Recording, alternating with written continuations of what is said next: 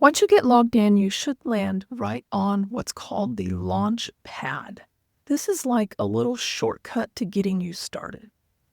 It will have everything that you need to connect as links here. This is a testing account, and I have yet to connect my Facebook account.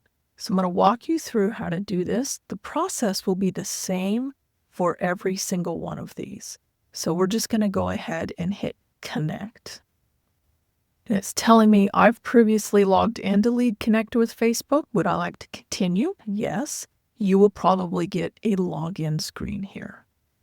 And then because I have more than one Facebook page, and this does connect only to pages, it does not connect to groups, and it does not connect to personal profiles. I want to select the page, and I've got one of these two. These are actually already associated with a different install of GoHighLevel. So I'm just going to pick one and then click Done.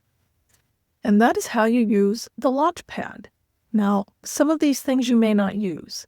So like the web chat, I have my web chat connected, but it's not showing here. And that is because I have it on my WordPress website, not in a GoHighLevel website. So if your website's in GoHighLevel, it will show here when you connect it.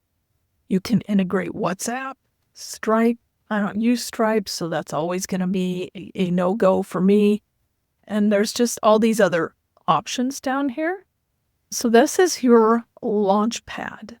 And the next video, we are going to cover how to actually find these within the settings and the integrations. I'll see you in the next video.